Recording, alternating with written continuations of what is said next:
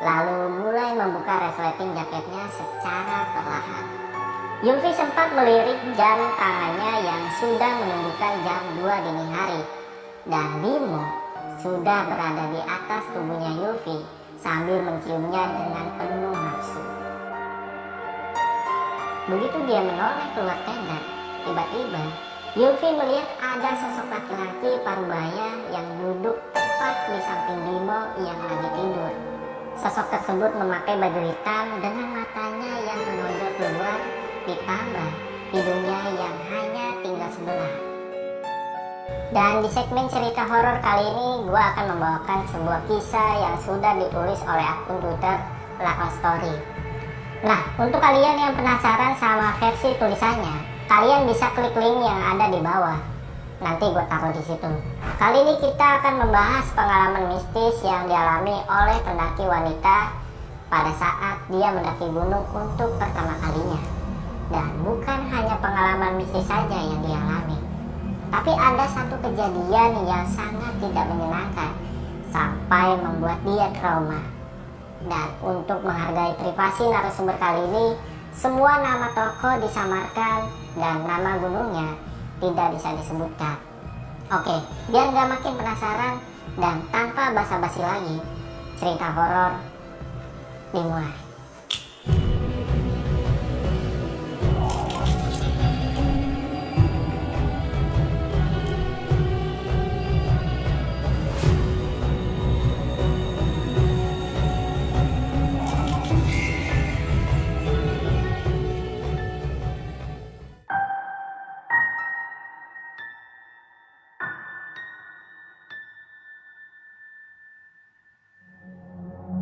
Kejadian ini dialami oleh narasumber bernama Yulfi. Pada saat mengalami kejadian ini, Yulfi masih berumur 20 tahun. Yulfi mempunyai seorang kakak yang bernama John. Dan John ini diketahui mempunyai hobi mendaki gunung.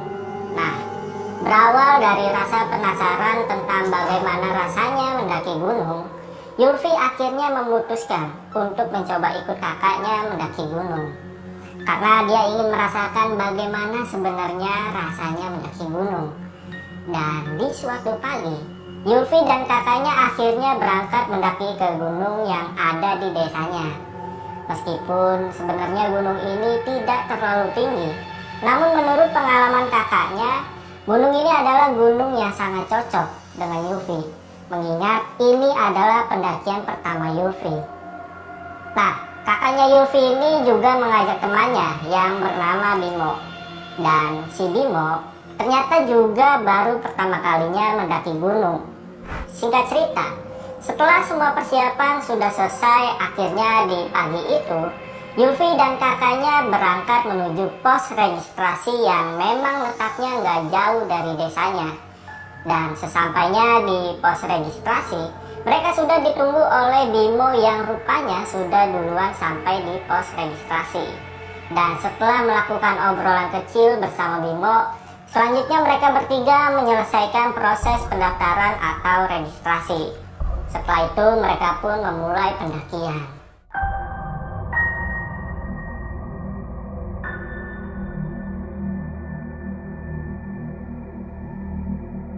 Sepanjang pendakian mereka tidak mengalami hal-hal yang aneh.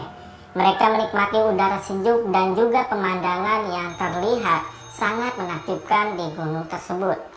Dan setelah perjalanan kurang lebih 4-5 jam, akhirnya mereka sampai di puncak gunung. Dan di siang itu, suasana di puncak gunung sangat sepi, karena kebetulan hari itu bukanlah hari libur. Dan memang waktu itu juga di gunung tersebut lagi memasuki musim hujan. Akhirnya mereka bertiga mendirikan tenda dan mereka hanya membawa satu tenda. Karena bisa dikatakan pendakian saat itu adalah pendakian yang mendadak. Jadi baik Bimo dan juga kakaknya Yulfi tidak sempat membawa satu tenda lagi. Dan setelah tenda berdiri, mereka duduk bertiga di depan tenda sambil membuat secangkir kopi dan menikmati pemandangan puncak gunung.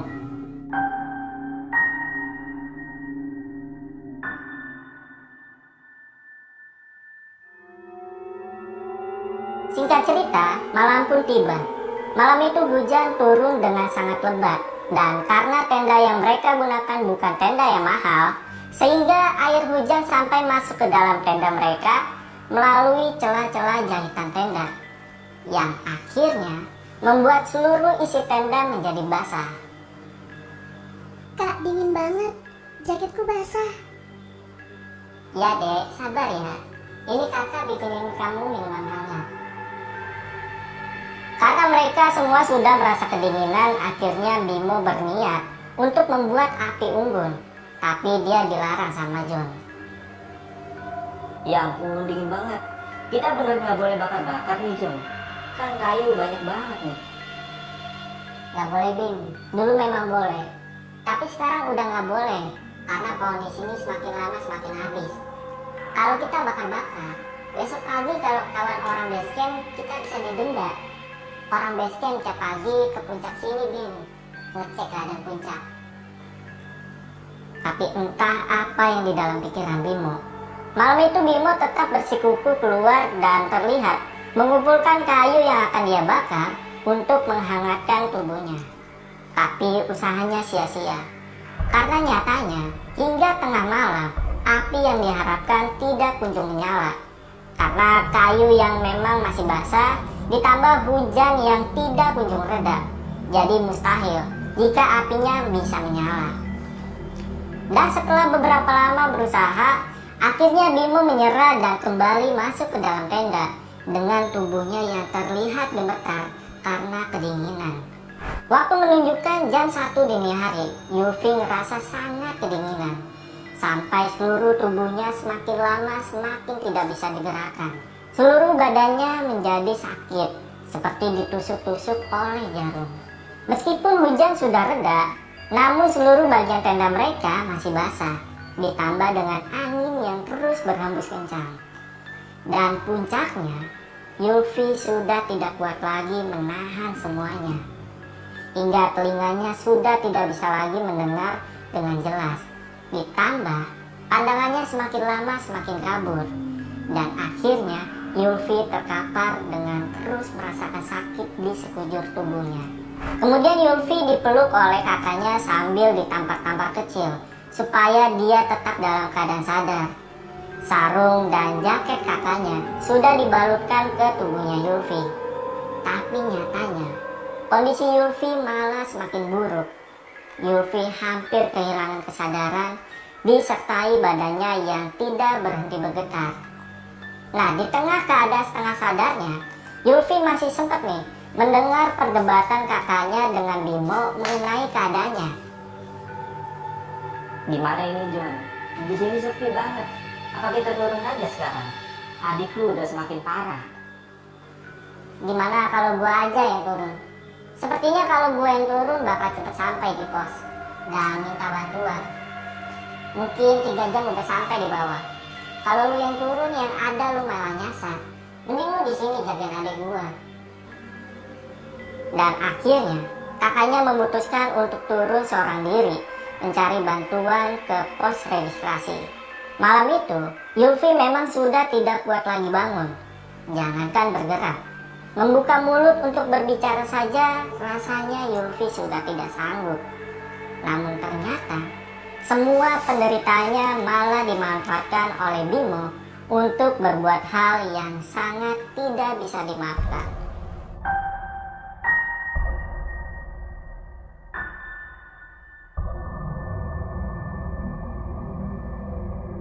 Ketika Yulfi di dalam tenda dengan Bimo, Yulfi merasa kalau Bimo semakin lama semakin mendekatinya. Tiba-tiba, dia merasakan kalau tubuhnya ini sudah dipeluk erat oleh Bimo. Kakak peluk ya, Vi. Yulfi merasa risih, tapi Yulfi berusaha berpikir positif. Kalau Bimo hanya berniat untuk membantunya yang sedang kedinginan. Tanpa bisa menjawab, Yulfi hanya bisa diam sambil terus meremas jaket yang membalut di tubuhnya. Tapi anehnya, semakin lama Yulfi merasakan bagian tangan Bimo masuk ke dalam tubuhnya. Merasakan hal itu, tentu saja Yulfi langsung berontak. Karena Yulfi sudah mulai curiga dengan Bimo. Tapi Yulfi tidak bisa berbuat apa-apa selain hanya bergerak sebisanya. Karena saat itu kondisi Yulfi masih lemah. Dia merasakan jika pelukan Bimo semakin lama terasa semakin kuat. Dan tidak lama setelah itu, dia mulai merasakan jika tangan si Bimo ternyata sudah masuk ke dalam jaketnya. Lalu mulai membuka resleting jaketnya secara perlahan. Yulfi sempat melirik jam tangannya yang sudah menunjukkan jam 2 dini hari. Dan Bimo sudah berada di atas tubuhnya Yulfi sambil menciumnya dengan penuh nafsu. Yulfi benar-benar tidak bisa berbuat apa-apa lagi, selain hanya bisa pasrah dengan apa yang sudah dilakukan Bimo kepadanya. Jangan kak, jangan. Biar nggak kedinginan, Vi.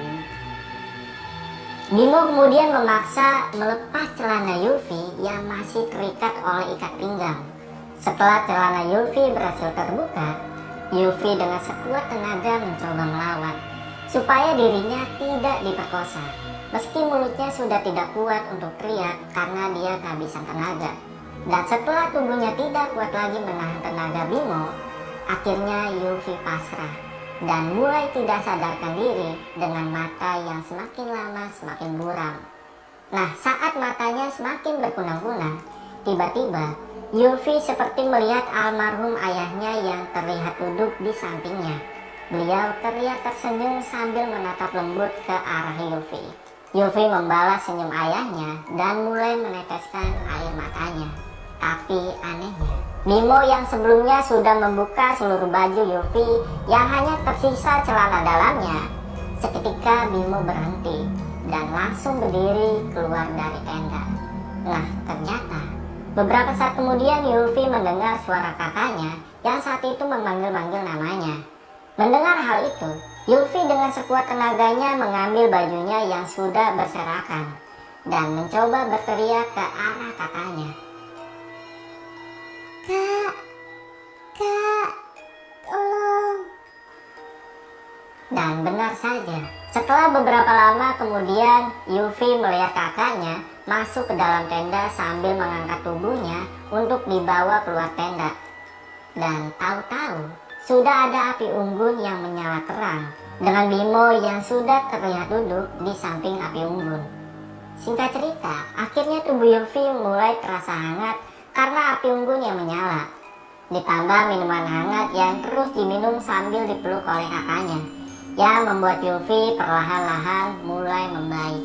Dan sekitar jam 3.30 dini hari, akhirnya Yulfi mulai bisa merasakan semua bagian tubuhnya yang sebelumnya sudah mati rasa. Kini bagian tubuhnya mulai berfungsi dengan normal, meskipun kepalanya masih terasa sakit. Nah, karena malam itu Yulfi merasa bukan waktu yang tepat untuk membicarakan kepada kakaknya tentang apa yang telah dilakukan Bimo kepadanya. Saat itu Yulfi masih diam dan berencana melaporkannya ketika dia sudah sampai di bawah nanti.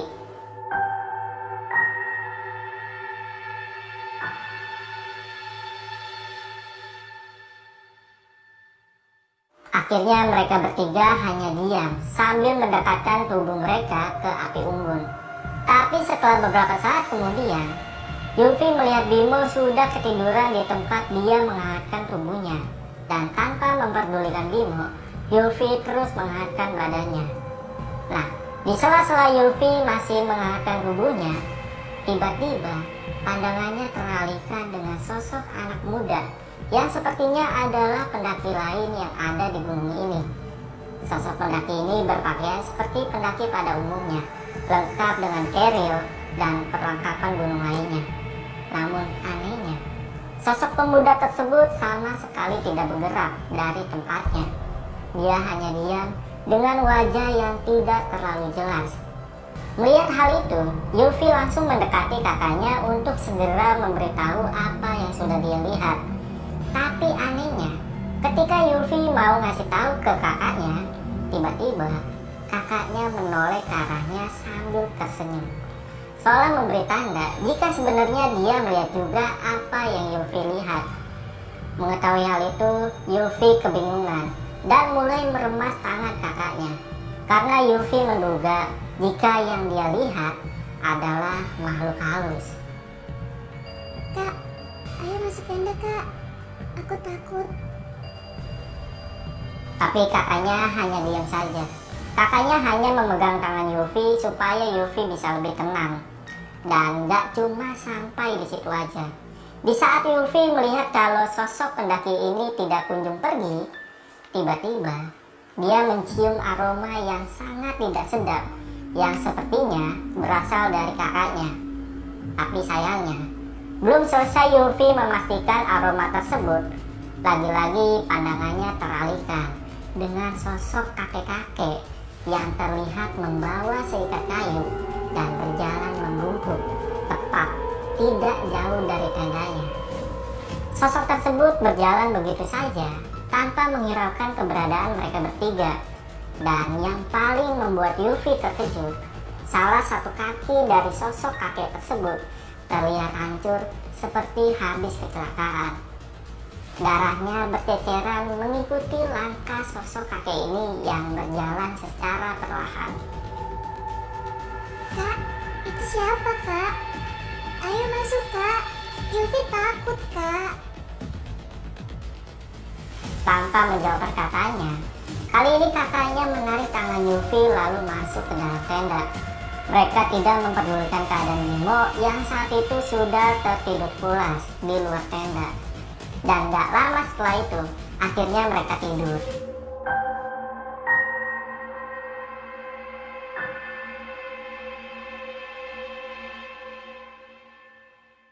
Nah, belum lama Yufi memejamkan mata. Tiba-tiba, Yufi terbangun. Karena Yufi mendengar ada suara orang yang sedang bersenandung. Suara tersebut terdengar lirih di sela-sela suara jangkrik yang semakin lama terdengar sangat jelas. Mendengar hal itu, Yufi langsung bangun untuk memastikan sumber suaranya yang dia dengar. Begitu dia menoleh keluar tenda, tiba-tiba Yufi melihat ada sosok laki-laki parubaya yang duduk tepat di samping Bimo yang lagi tidur. Sosok tersebut memakai baju hitam dengan matanya yang menonjol keluar, ditambah hidungnya yang hanya tinggal sebelah. Dari situ, Yufi langsung menutup pintu tendanya dengan jantung yang sudah berdegup kencang. Dan dia langsung tidur di samping kakaknya sambil membaca semua doa-doa sebisanya. Mungkin karena badannya yang sudah kelelahan, akhirnya Yufi bisa tidur. Singkat cerita, sekitar jam 7 pagi Yufi kembali terbangun dengan suara kakaknya yang membangunkannya dengan nada yang terburu-buru. Fi, ayo bangun. Ada apa? Yufi kebingungan, karena saat itu dia juga melihat ada beberapa orang selain kakaknya yang memakai baju oranye. Alhamdulillah kalau kamu gak kenapa-napa. Maaf, kakak lama ya, Dek. Maksudnya? Kamu kemarin hampir hipotermia, Vi. Ini kakak bawa orang dari bawah untuk evakuasi kamu. Kakak ini ngomong apa sih? Oh ya, Bimo mana, Vi? Bimo kan kakak tinggal sama kamu juga. Loh, kan kakak biarkan dia tidur di luar. Kan kakak tidur sama Yufi di dalam tenda. Kamu ini ngomong apa? Kakak kemarin malam turun cari bantuan. Ini baru balik sekarang. Mendengar hal itu, Yufi terkejut. Lalu siapa yang bersamanya di dalam tenda tadi malam?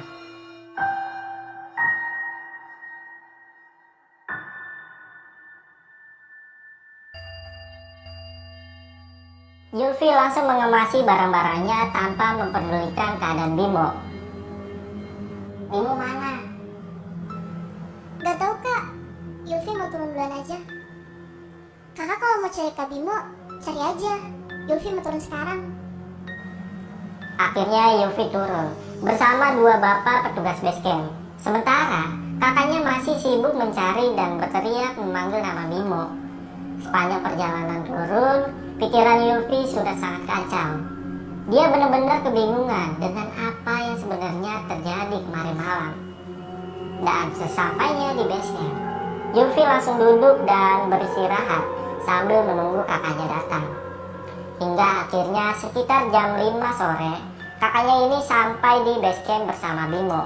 Dan tingkah laku Bimo berubah menjadi aneh. Dia terus menggigit-gigit tangannya sambil sesekali tertawa. dan tidak jarang pula Bimo menari perlahan sambil melirik ke sana kemari. Dan setelah semuanya diceritakan secara detail oleh Yuffie, seluruh orang yang di base camp terkejut. Mereka tidak menyangka dengan apa yang sudah Yuffie alami malam itu.